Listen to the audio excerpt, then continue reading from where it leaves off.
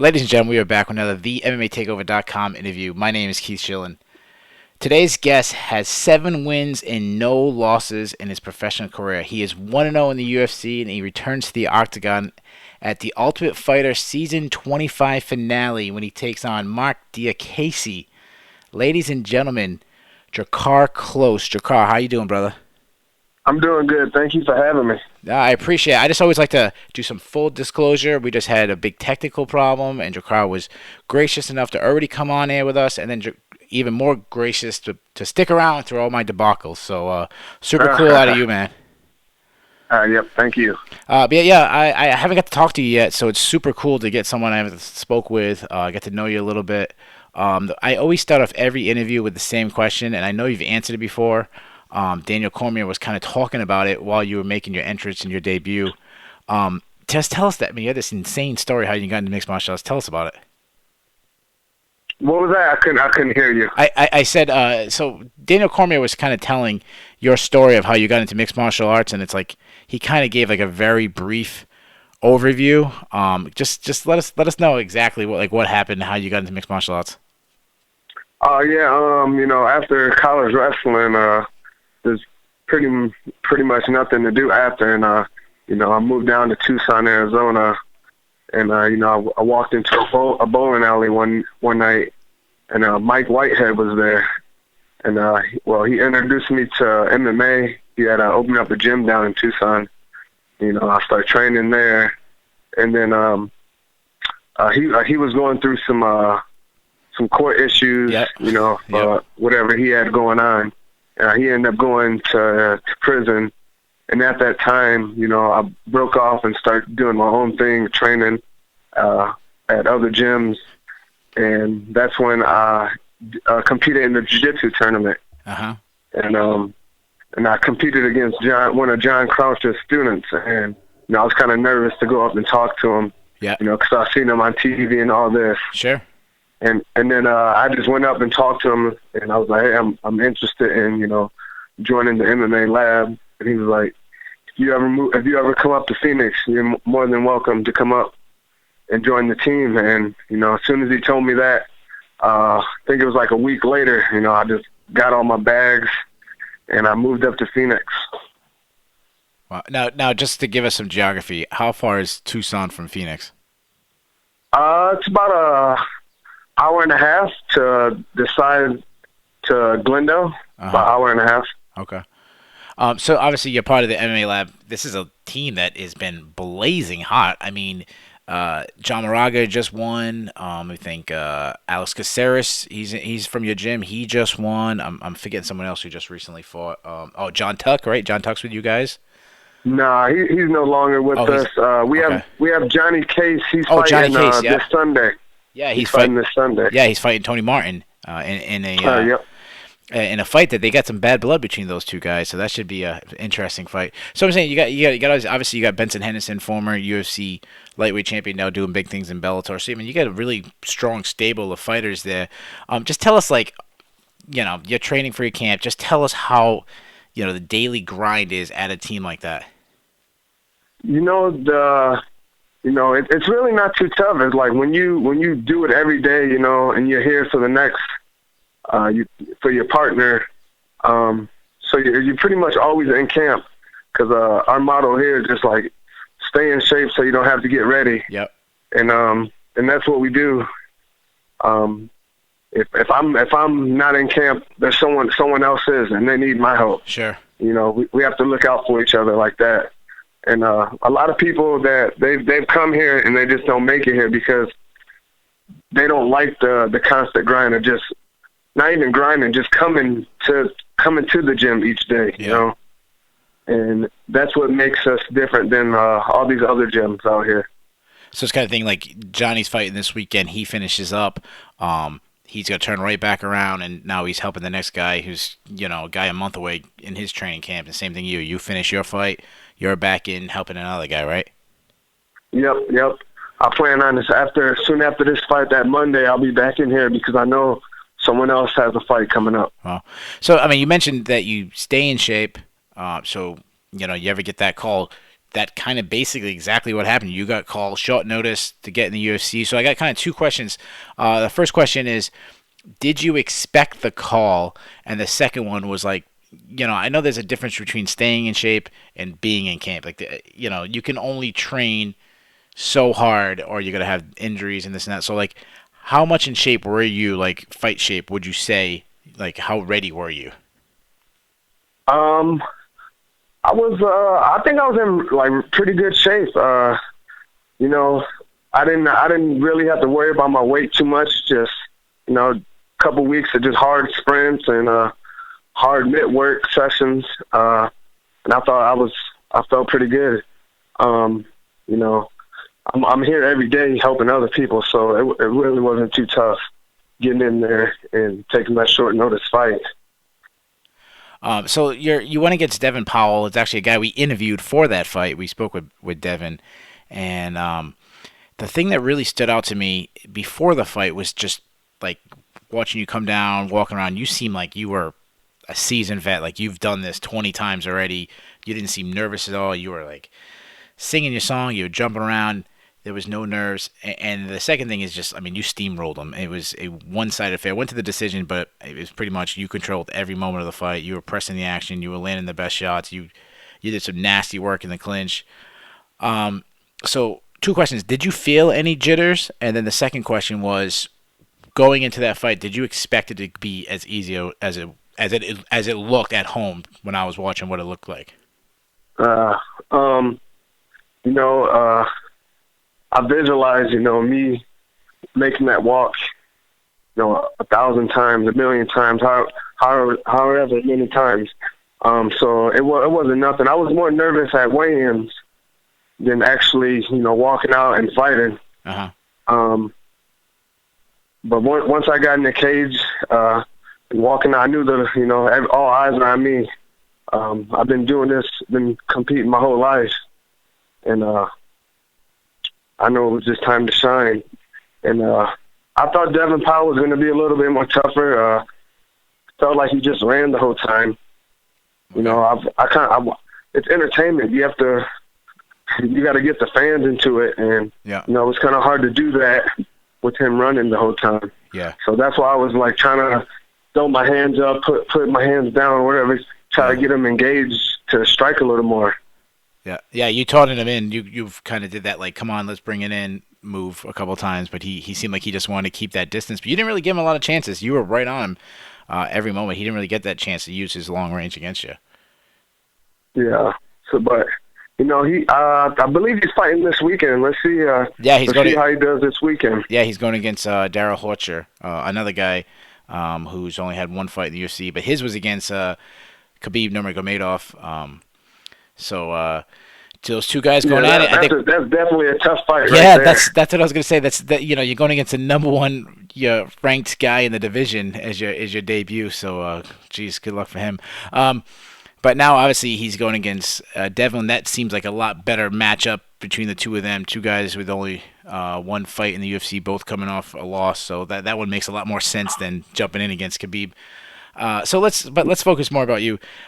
You got Marc Diakiese. Excuse me with his name. It's a tough one. Marc Diakiese. Obviously, he's a guy that coming out of England. He's been a lot of hype on this guy. I'm not gonna lie. I've bought the hype. I've been impressed by him. First question is, he was calling out other guys. Like, he was asking for Paul Felder. I think he asked for, somebody else. And then you kind of came out of nowhere. I was kind of surprised by the matchup. My question is, like, did you ask for this? Or did he ask for you? Or was it just they offered you the fight and you took it? I was, my manager was talking to Sean Shelby. I was talking to him. We were like, hey, I'm ready to fight anyone. I had seen him in Buffalo, and then a week later, they gave me him, and you're definitely going to say yes when they give you an opponent. So, okay. So that's how that happened. All right. So because a lot of times these guys they ask for people, so I was just wondering if you asked for them. Now, you guys have already fought. The first round is already done. You guys fought on Twitter. I would say he threw a jab. And you smashed him with an overhand right. Maybe a high kick, or he was rocked on the feet if this was a real fight. I just want to, in case nobody knows or anybody's been living under a rock who didn't know what happened, he posted a picture of a pillow, and he said, "I ordered a nice pillow for Drakkar Klose. Just need an address to send it so I can send it over to him." As in, obviously, he's saying he needs a pillow. I'm going to put him to sleep, kind of thing like this. And then you gave 0 Fs, I should say, and put, "Yeah, send that over. All I'm going to use it for is to smash your girlfriend's face into it. Can't keep my roommates up all night." So my first question is did he send you a pillow? And then my follow-up question is, how many girls have you been smashing their faces in during training camp? Oh, man. No, I'm still waiting on that pillow. Okay. But, as soon as I sent that tweet out, I texted my girlfriend, and I was like, you might not like this this tweet I sent out, Yeah. But she understand, like, it wasn't like anything bad. It was just, You can't lose on Twitter. Just a friendly little comeback, but, he needs to step up his if he's going to talk stuff, he needs to think about what the next person is going to reply. Yeah, no, I mean, it was just things that men say to each other. I mean, me and my friends send worse texts to each other, talking about what I'll do to your wife and stuff. So, yeah, it's part of the game. But yeah, you won that round, so it's already up 1-0 in the 3-round fight. Yeah, and I just put a little on my Instagram. I put like a little something out about him. You ever seen you know who Michael Blackston is? Michael Braxton? No, I don't. Where's he from? He's a comedian. Oh, okay. No, I only know MMA, man. That's all I know. If you said Michael Johnson, I would have known. Okay. Well, after this, you should check out my Instagram. Okay. At Drakkar Klose, and you'll see it. It'll give you a little funny laugh. Okay. All right. I'll definitely check it out. So let me ask you a question. So obviously you kind of threw out, most people knowing said, "Hey, all right, that's obviously just a joke." Any like butthurt people say, "Hey, man, you can't bring families or girlfriends." Anybody say stuff like that to you?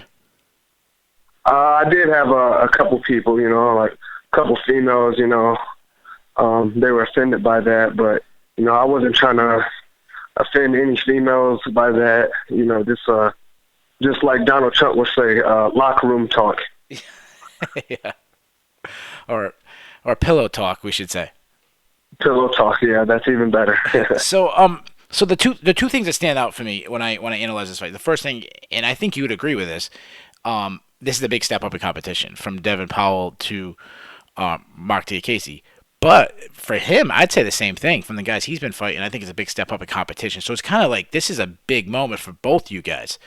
So my question is when you look at him, I don't know how much film time you see. Some guys watch a lot. Some guys don't really watch any. When you see him, what stands out that you have to be aware of? And then on the flip side, what do you think you can expose? Be honest, I've probably watched like a minute of him. Okay. On video. He's like a fake MVP, just okay. He wants to be He wants to be flashy, do all this, but it's hard to do that when someone's putting that pressure on you. Yeah. If I close the distance, I don't think you're gonna be able to throw those crazy kicks. I can tell that he doesn't like to get hit. He likes to hit and run. You know what I mean? So I'm definitely gonna try to test out that chin. I train with the best. I have over 100 rounds with Benson Henderson. So, and he was the world champion. Yeah. And soon to be world champion in Bellator. Yeah. So, I think my training partners are just a lot better than what he's used to. Yeah. I mean, he's been training with American Top Team, so that's a pretty good team he's been training with, though. Yeah, but, if the team is so big, he can't be training with everyone, Yeah, that's very true. There's, so. That's. I'm sure he's not getting every round with Jorge Masvidal and every round with Kobe Covington. So I definitely understand what you're saying there.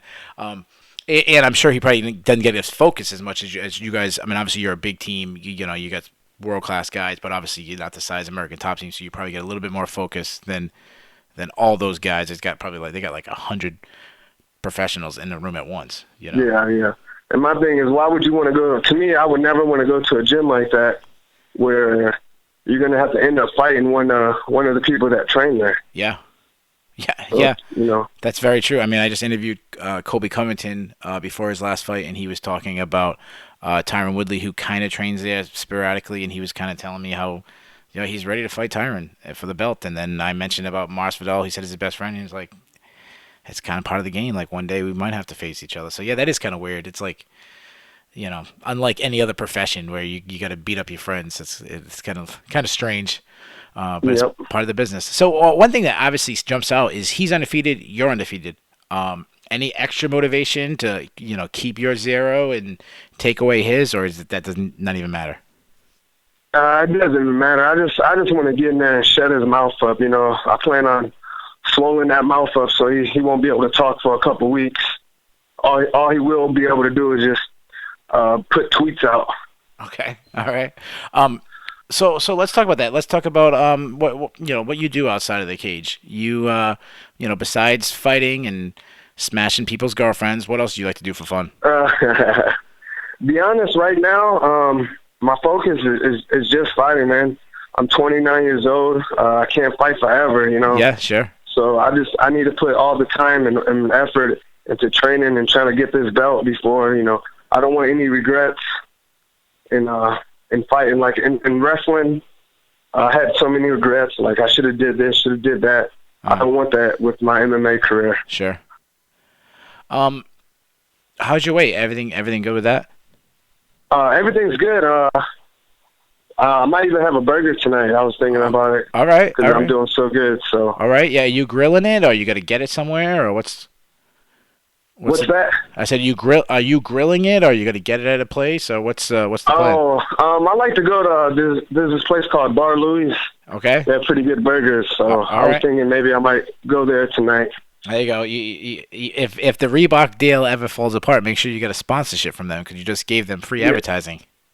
Yeah, definitely. I'm gonna make sure I'm gonna stay away from ribs. I've seen what happened to the Black Beast.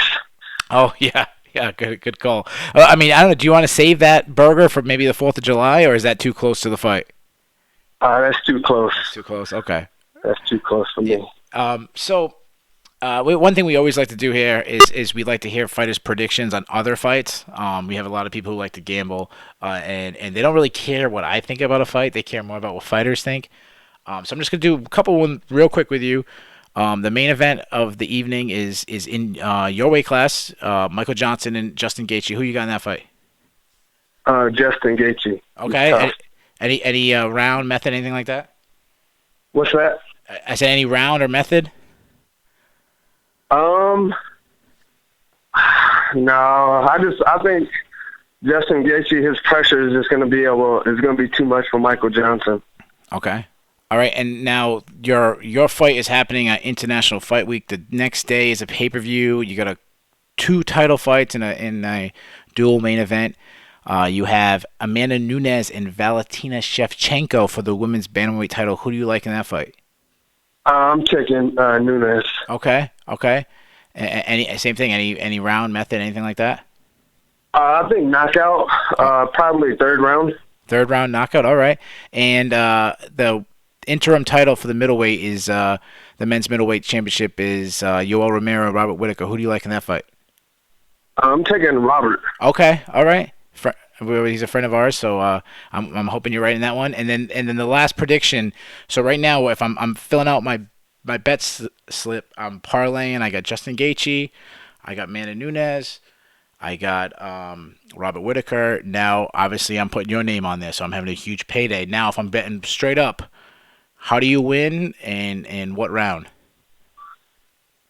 I can't tell you how I win. I just know I'm just going to get my hand raised. Okay. A win is a win, He can slip on a banana peel and bust his head. I'm still going to take that as a win. All right. So you get on the mic, International Fight Week. Obviously, that's going to be probably the most exposure you get. That's always, a huge week. Everyone's watching. You get a chance. They say, hey, who do you want next? You're calling out who? I don't like to call people out.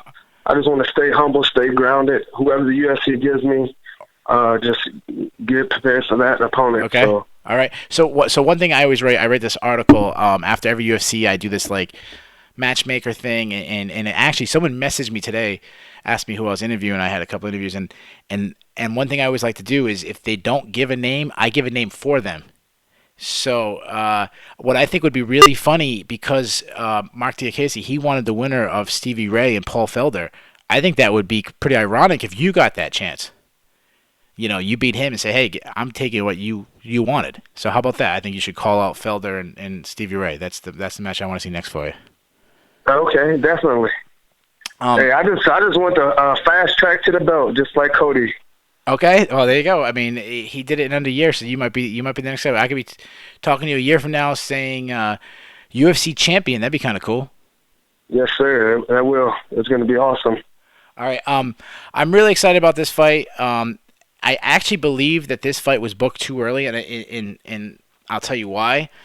The last time I looked at film and saw two guys that really popped for me, and this is going back years ago. I was in Boston, and it was second or third fight on the card. And you'll probably know these names. The matchup was Max Holloway versus Conor McGregor, and I said to someone, I said, this is a fight that we're going to talk about years from now, wishing we could see it years from now. And that's how I kind of feel like this fight's going to be. I really feel both of you guys have a huge future, and I'm really excited for this matchup. So, that's not really a question. It's just a comment. So, yep. My very last question, I appreciate you taking time. I know you're very busy. You're in the middle of training camp. So I appreciate you taking the time to speak. My very last question to you, Drakkar, is have you submitted to the takeover? Yes, I have. Mr. Drakkar Klose. I just got submitted to the MMA takeover. Drakkar, I wish you luck. Like I said, I'm super excited for this fight. It's two really good talents going to match up going at it. And I just welcome you to the MMA takeover family. Thank you. Ladies and gentlemen, that was our interview with UFC fighter Drakkar Klose. Make sure to check out his fight at the Ultimate Fighter Season 25 finale on July 7th when he takes on Marc Diakiese. Also, to receive the best MMA coverage, head over to our website, themmmatakeover.com. That's themmatakeover.com. You can also follow us on Facebook, Instagram, Twitter, and YouTube. Thanks for listening.